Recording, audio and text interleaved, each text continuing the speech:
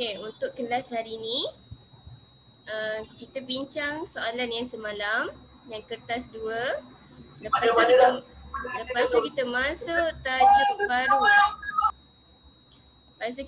tajuk baru. Berkaitan dengan tenaga.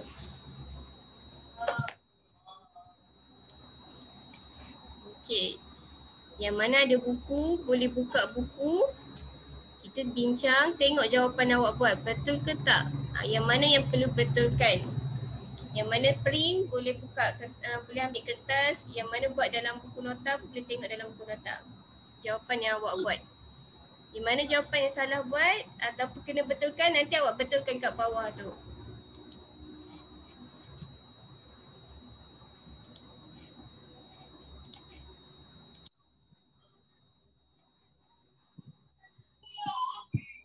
Okey.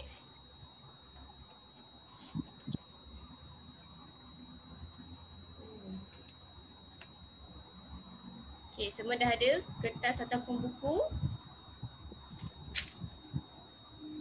Aisyah dah sediakan buku? Ya. Okey.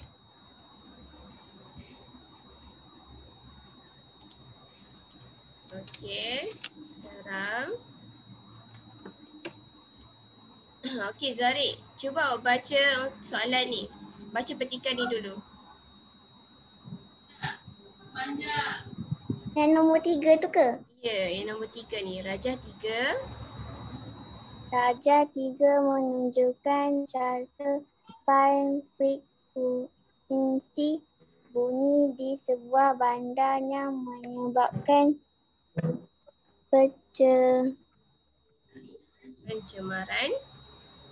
pencemaran bunyi. Okey, di carta pan ni ada apa ni? Gambar yang gelap sikit ni bunyi kenderaan. Ni frekuensi bunyi. Ada bunyi kenderaan, lepas tu mesin penghilangan, kerja pembinaan dan hiburan. Okey, kita tengok soalannya.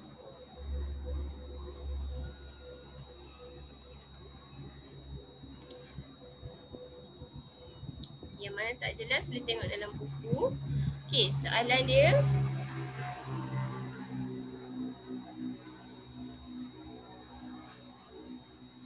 Nyatakan 2 kesan pencemaran bunyi.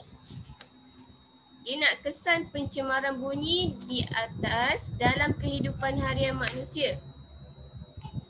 Kesan pencemaran bunyi. Ni pencemaran bunyi ni bunyi kenderaan, mesin penghilangan, kerja pembinaan dan hiburan.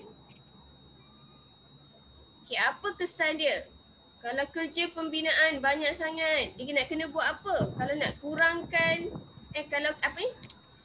Kesan kepada manusia, kepada orang yang lain.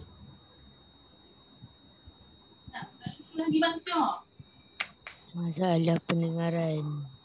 Masalah Pendengaran. Bila banyak sangat pencemaran bunyi, dia akan berlaku masalah pendengaran. Okey, awak tulis kat sini masalah pendengaran. Lagi apa lagi?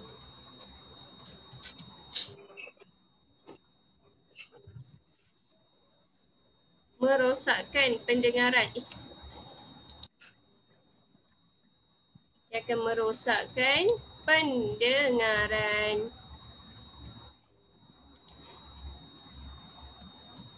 Manusia boleh dengar berapa je limit dia? Yang okey, yang tak boleh tinggi sangat. Berapa? Ada dalam buku teks. 80 desibel.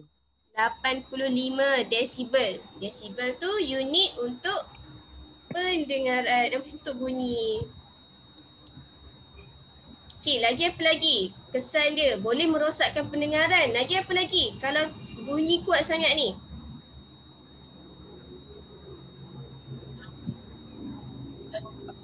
Boleh jadi apa? Rasa bosan tak dengar ni? Rasa Rasa tenang tak bila selalu dengar bunyi bising kereta? Ha? Rasa macam mana? Dia boleh mengganggu Emosi. boleh mengganggu emosi. Lagi apa lagi? Boleh mengganggu ketenangan dan menyebabkan tekanan emosi. Okey, lagi apa lagi? Siapa lagi yang buat yang jawab selain jawapan yang Mak Imam bagi ni? Ada lagi tak? Ryan jawab apa?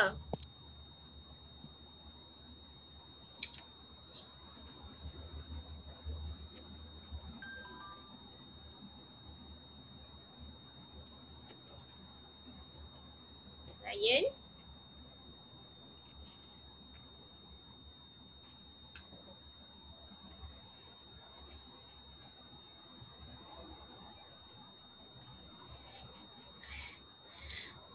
Okey. Okey, soalan seterusnya. Soalan B. Tuliskan satu cara untuk mengurangkan masalah pencemaran bunyi di atas. Macam mana kita nak kurangkan masalah pencemaran bunyi? Macam atas tu ada pencemaran bunyi apa dia?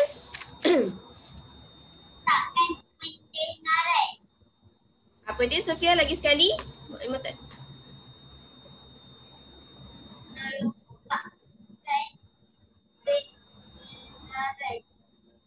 Rosakkan pendengaran. Tu kesan. Ni cara macam mana kita tak nak bagi lagi ada pencemaran bunyi ni. Contohnya kan bunyi kereta bising. Lepas tu nak kena buat apa? Mengurangkan projek pembinaan. Mengurangkan projek pembinaan boleh. Lepas tu kalau banyak sangat bunyi kereta nak buat apa? Macam mana kita nak kurangkan masalah pencemaran bunyi yang bunyi kereta banyak ni? Permaidani, lansir dan tingkap sebagai penyerap. Okey. Kenderaan di atas jalan. Lagi mengurangkan kenderaan di atas jalan. Mengurangkan kenderaan di atas jalan. Lagi apa lagi? Betul lah tu. Mengurangkan projek pembinaan di kawasan bandar, mengurangkan kenderaan.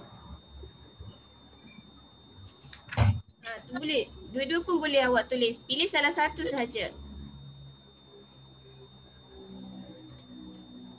Mengurangkan kenderaan.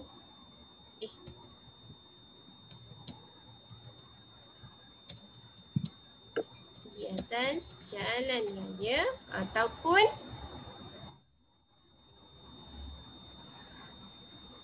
tadi yang Anas cakap mengurangkan projek pembinaan di kawasan bandar.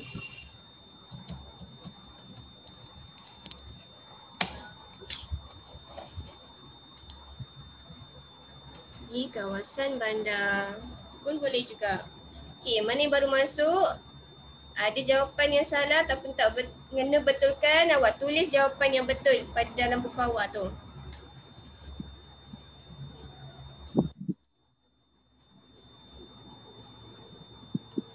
Okey, soalan C, soalan terakhir.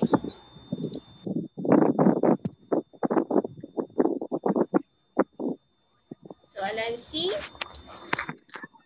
Bilik tidur yang manakah dapat mengurangkan bunyi bising yang datang dari kawasan pembinaan? Okey, apa dia kejap. Apa dia yang boleh mengurangkan bunyi bising?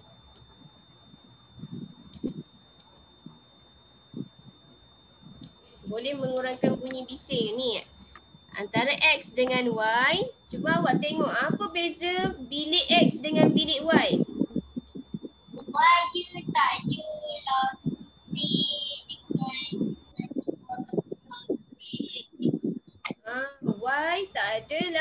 langsir, tak ada permaidani. Yang beza dia, kalau X ni ada langsir dan ada permaidani. Jadi bilik tidur yang dapat mengurangkan bunyi bising, bilik tidur X. Sebab bahan yang terbaik untuk menyerap bunyi ialah kena ada langsir, permaidani. Awak tengok kalau awak masuk rumah yang kosong ataupun kurang barang, bunyi tak gema dia. Contoh macam kat sekolah, tingkat atas. Kalau awak cakap mesti bunyi tak clear kan? Sebab kurang barang. Tak ada barang yang boleh menyerap bunyi. Sebab langsir pun tak ada. Okey. Jadi, jawapan kat sini bilik tidur X. Kerana Langsir dan permaidani boleh mengurangkan getaran bunyi. permaidani dan langsir boleh mengurangkan getaran bunyi. Jadi kuranglah bunyi bising kawasan pembinaan. Okey, boleh? Boleh ke boleh? Boleh. Alif dah siap dah Alif? Dah. Okey, ni dah siap dah kita bincang tajuk kertas 2. Sekarang ni kita masuk tajuk baru. Pasal apa? Tenaga. Tenaga. Saya berikut tenaga. Tenaga. Manusia. Macam mana manusia boleh bertenaga? Macam mana awak bertenaga hari ni? Sebabkan awak? Ada buka video. Sebabkan awak apa? Makan. Makan. Minum. Kalau awak tak makan, awak rasa bertenaga ke tak? Tak, lemak. Tak. Rasa lemah, tak bermaya. Macam puasa, bila puasa awak tak makan seharian, awak rasa letih. Betul?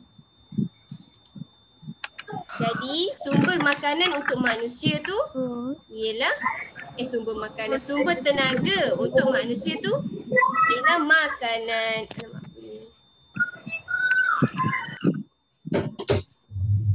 Okey. Sekarang kita nak tengok ada berapa banyak jenis sumber tenaga. Okey, kita tengok satu video ni.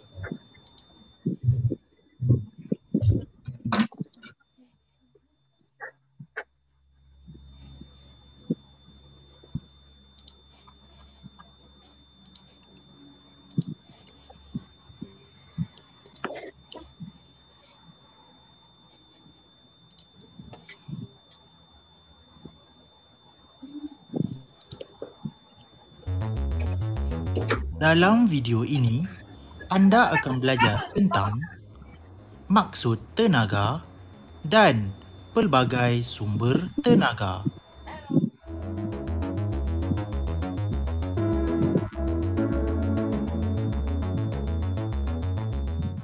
Tenaga bermaksud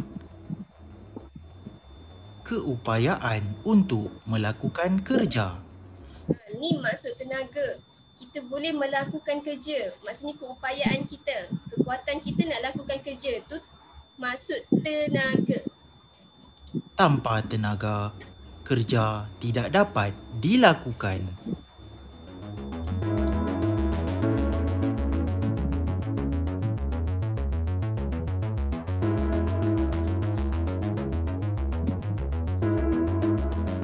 Jadi, bagaimanakah cara kita hendak mendapatkan tenaga?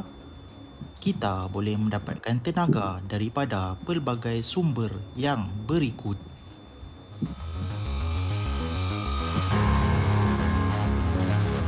Yang pertama, ialah matahari. Matahari merupakan sumber tenaga yang paling utama. Tenaga matahari boleh digunakan untuk menjanakan elektrik melalui panel suria. Okey, ni sumber yang pertama. Sumber tenaga yang pertama, matahari. Ni paling utama. Kalau matahari tak adalah sumber cahaya kita.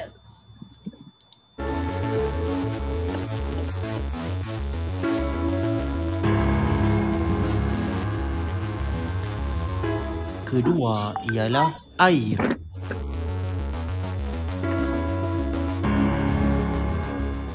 Air yang mengalir menggerakkan turbin di empangan untuk menjanakan elektrik. Ada setengah tempat dia buat empangan tu, di empangan air tu untuk menjana elektrik.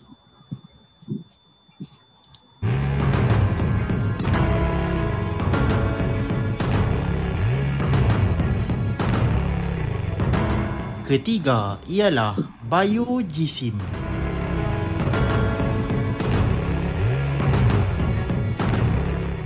Biojisim ialah bahan daripada tumbuh-tumbuhan atau tinja haiwan yang digunakan untuk menghasilkan bahan api dan menjanakan elektrik.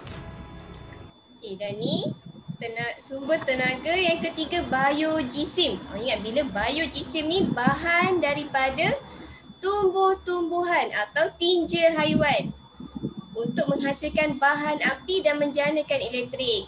Dia kumpul tumbuh-tumbuhan ataupun tinja haiwan ni, dia boleh buat bahan api dan janakan elektrik.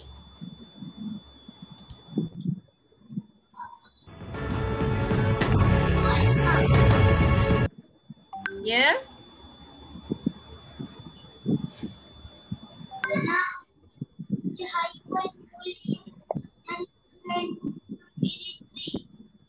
Apa dia?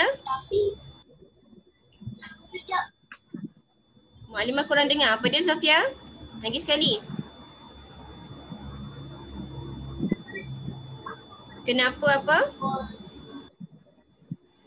Apa maksud Biojisim. Biojisim ni, bila kalau ada perkataan bio, maksud tu daripada bahan benda yang biojisim ini lah daripada benda-benda yang terbuang. Lepas tu ni macam tumbuh-tumbuhan ataupun tinja haiwan. Sebab tu dipanggil biojisim. Sebab benda tu daripada benda yang hidup. Tumbuh-tumbuhan dengan haiwan tu hidup kan? Ke dia tak hidup? Tumbuh-tumbuhan dengan haiwan. Bila perkataan bio tu depan tu maksudnya benda daripada benda yang hidup. Contoh tumbuh-tumbuhan awak tumbuh-tumbuhan yang dah mati ke apa, yang dah layu. Lepas tu haiwan yang haiwan berak semua, tai haiwan tu, tu pun boleh kita kumpul. Kalau banyak-banyak dia boleh jadi bahan api. Tapi dia ada proses dia lah. Bukanlah awak kumpul semua. Contoh awak kumpul tai kambing semua awak nak jadikan bahan api. Tak lah, dia ada cara dia lagi lah.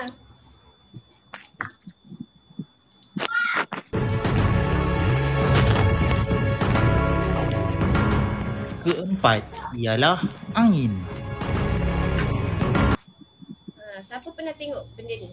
Ni apa dipanggil ni? Siapa tahu? Rumah angin. Angin. Cik angin. Helikopter.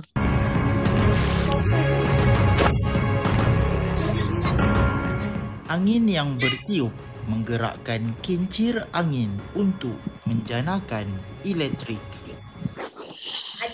Ada setengah kat Malaysia jarang guna benda ni. Tapi ada benda ni fungsi dia kalau dia ada makin banyak angin kena tu dia berputar, dia boleh menjanakan elektrik.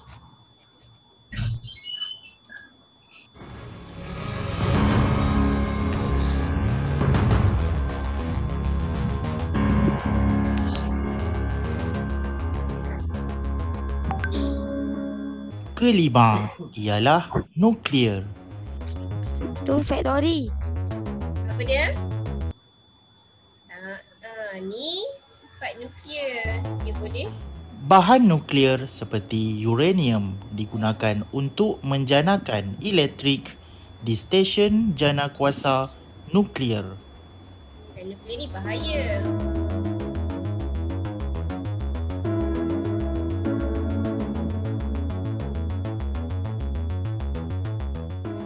Keenam ialah bahan api fosil.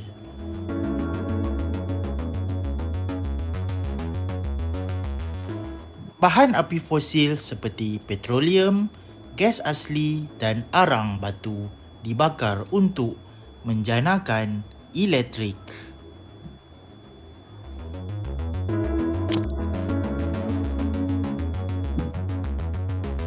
Ketujuh ialah ombak.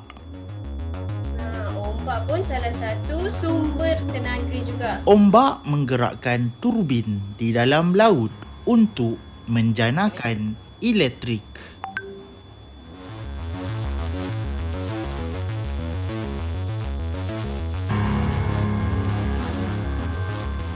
Kelapan ialah geoterma.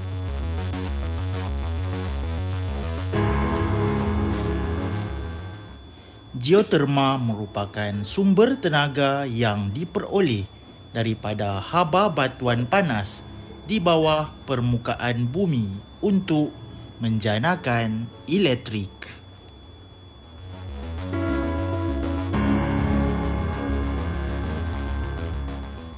Jika anda sukakan video ini, jangan lupa tekan butang like ya. Dan untuk mengetahui lebih lanjut mengenai Cikgu Zul. Okey, kalau awak perasan sepanjang video tu ditunjuk video tadi, banyak sumber yang boleh menjanakan elektrik. Apa dia yang pertama tadi? Yang boleh menjanakan elektrik? Matahari. Okey, matahari. Lagi apa lagi? Matahari tu Geoterma. geoterma. Okey, kejap. Matahari tu dia sumber tenaga yang dia boleh buat tu tenaga elektrik. Dia menghasilkan tenaga elektrik. Okey, macam Zakuan cakap geoterma. Geoterma tu sumber. Dan tenaga dia apa? Dia boleh menjanakan elektrik juga. Lagi apa lagi? Sumber yang boleh menjanakan elektrik. Air tu kat mana? Dekat Laut. empangan. Air yang menggerakkan, air yang mengalir menggerakkan turbin di empangan. Lagi? Kalau laut tu apa? Kalau laut tadi apa satu lagi tu? Dekat pantai tu apa?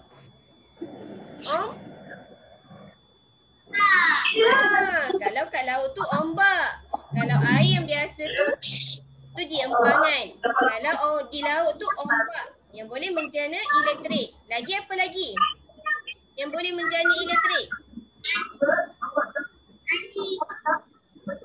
Angin. Lagi? Angin yang bertiup menggerakkan kincir angin. Apa dia? Dia berbunyi bising, bunyi TV. Apa dia? Selain daripada angin, apa lagi yang boleh menjana elektrik? Ada dua lagi. Kenapa kita tak pergi ke kabung lah? Dia? Biogesim. Biogesim ada dua. Boleh menjana elektrik dengan menghasilkan bahan api. Dan ada dua lagi. Nuklear dan bahan api fosil. Bahan api fosil tu macam petroleum, gas asli dan arang batu. Dia bakar, lepas tu dia menjanakan elektrik. Okey, boleh? Kita ada semua 1, 2, 3, 4, 5, 6, 7, 8. Ada 8 tenaga semua. Boleh?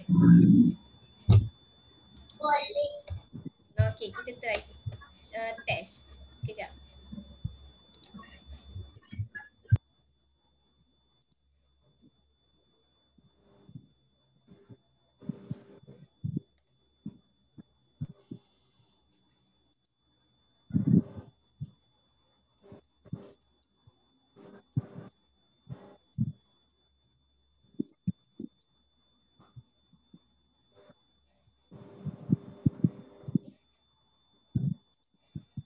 Okey.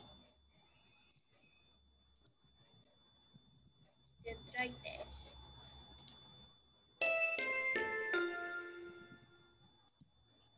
Keupayaan melakukan kerja. Tu apa dia tu keupayaan melakukan kerja tadi?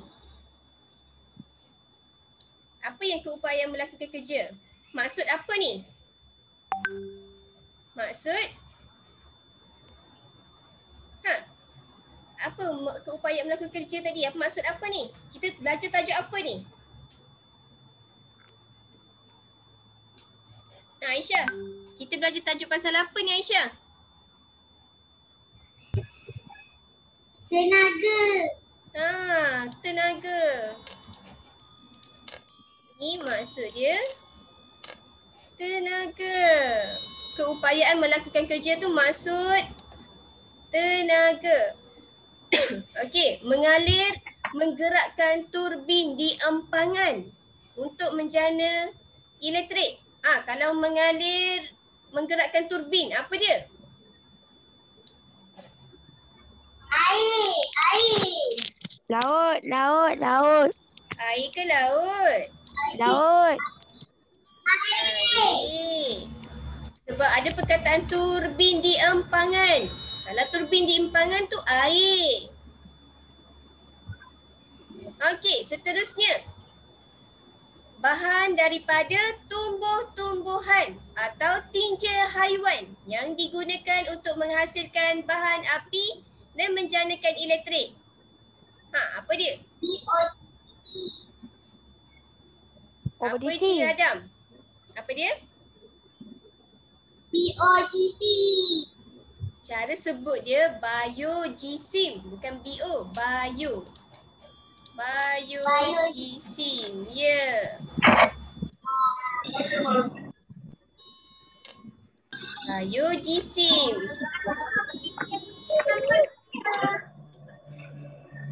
Okey. Dan seterusnya. Bertiup menggerakkan kincir angin untuk menjanakan elektrik. Tenaga apa ni? Sumber tenaga apa? Kalau dia bertiup menggerakkan kincir angin. Angin. Angin. Okey. Nombor 5. Okay, contoh uranium yang digunakan untuk menjana elektrik di stesen jana kuasa. Apa bunyi? Apa dia kalau uranium? Uranium ni benda bahan nuklear, bahan kimia yang bahaya. Maklimah bunyi televisyen boleh. Biojisim. Bukan biojisim. Cerai lagi. Biojisim tu kalau dia guna tumbuh apa? Daripada tumbuh-tumbuhan dan nuklear.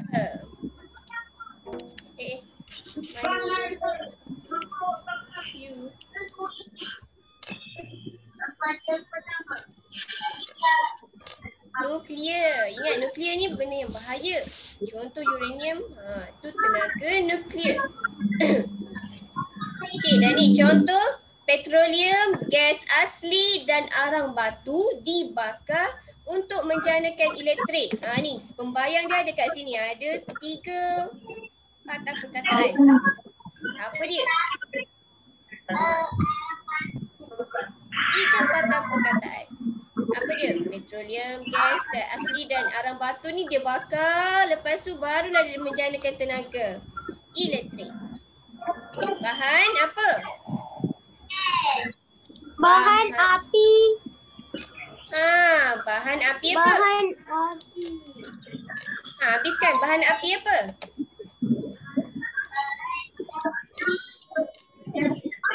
Bahan api apa ni?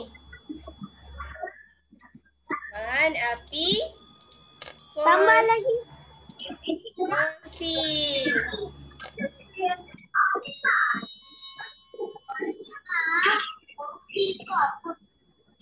Fosil tu apa? Cuba awak cari dulu. Nanti next class kita tengok. Betul ke tak? Okey.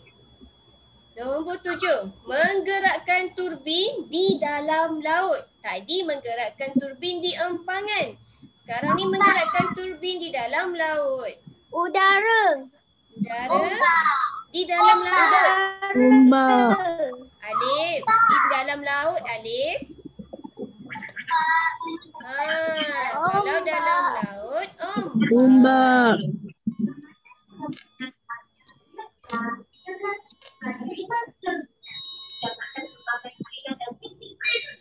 Okey. Dan soalan yang terakhir, sumber tenaga paling utama apa dia? Kalau tak ada tu gelap. Apa dia? Matahari. Matahari. Ya.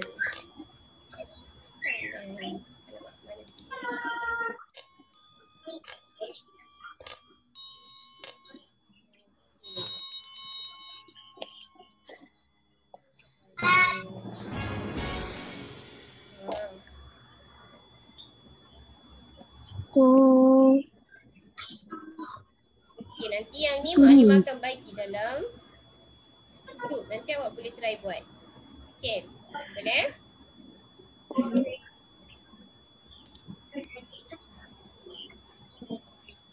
Kita 3 minit lagi. Okey. Untuk okey, tadi awak dah tengok dah ada 8 apa tadi? 8 apa? Dipanggil apa? Sumber tenaga. 8 sumber tenaga.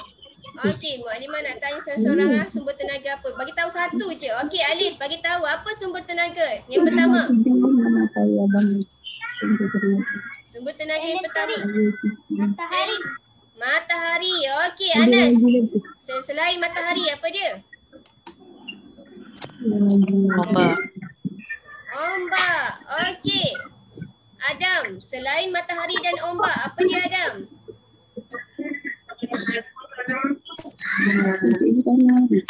Adam Zikri. Bulan. Apa? Bulan. Bulan.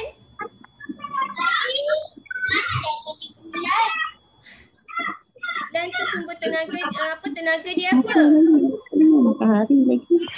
Apa dia? Gelap. Sumber tenaga dia matahari. Sekarang yang utama. Lepas tu yang kedua tadi ombak. Lagi apa dia? Ada 8 je Adam.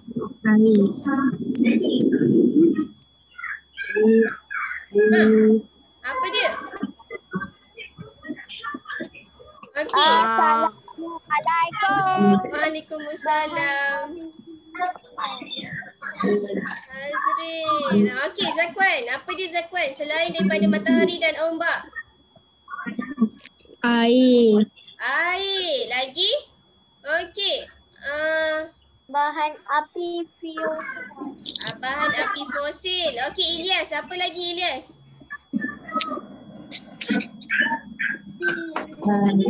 Ilyas, apa lagi? Selain matahari, air, ombak, bahan api fosil. Lepas tu